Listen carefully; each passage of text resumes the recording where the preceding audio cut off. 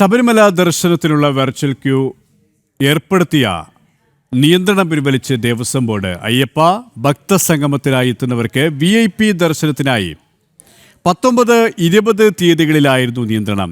VIP ദർശനം പാടില്ല എന്ന ഹൈക്കോടതി വിധി നിലനിൽക്കെയായിരുന്നു സർക്കാരിൻ്റെയും ദേവസ്വം ബോർഡിൻ്റെയും നീക്കം. ജനം TV വാർത്തയ്ക്ക് പിന്നാലെയാണ് ദേവസ്വം ബോർഡിൻ്റെ ഇടപെടലുണ്ടായിരിക്കുന്നത്. വിശദാംശങ്ങളുമായി അരുൺ കൊടുങ്ങൂർ ചേരുകയാണ്. അരുൺ, സർക്കാരിൻ്റെയും ദേവസ്വം ബോർഡിൻ്റെയും ഈ ഒരു വിഷയത്തിലുള്ള ഗൂഢനീക്കം, ആസൂത്രിത നീക്കമാണ് പൊളിഞ്ഞിരിക്കുന്നത്. ജനം TV വാർത്തയ്ക്ക് പിന്നാലെയാണ് ഇപ്പോൾ ഇടപെടലുണ്ടായിരിക്കുന്നത്, നടപടി ഉണ്ടായിരിക്കുന്നത്.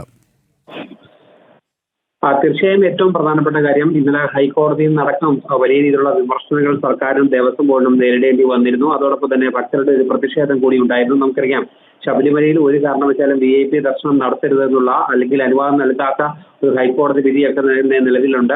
ആ ഒരു വിധിയൊക്കെ നിലനിൽക്കെയാണ് പുതിയൊരു നീക്കം സർക്കാർ ദേവസ്വം ബോർഡും നടത്തിയിരിക്കുന്നത്. അതായത് 19-20 തീയതികളിൽ അയ്യപ്പ ഭക്ത സംഗമത്തിനായി പമ്പയിലേക്ക് എത്തുന്ന വിശിഷ്ട അതിഥികൾക്ക്, അതോടൊപ്പം തന്നെ അയ്യപ്പ ഭക്തർക്ക് കൃത്യമായ ദർശനം അടക്കമുള്ള സൗകര്യങ്ങൾ ദേവസ്വം ബോർഡും സർക്കാരും വാഗ്ദാനം ചെയ്തിരുന്നു. ഇതിനുവേണ്ടിയാണ് സാധാരണ ഭക്തർക്ക് ഈ ഒരു ദർശനം നിഷേധിച്ചുകൊണ്ട് ഈ 2 ദിവസങ്ങളിലും 19-20 തീയതികളിൽ ദർശനത്തിനുള്ള സൗകര്യം മുടക്കി ഒരു നടപടി ഉണ്ടായത്.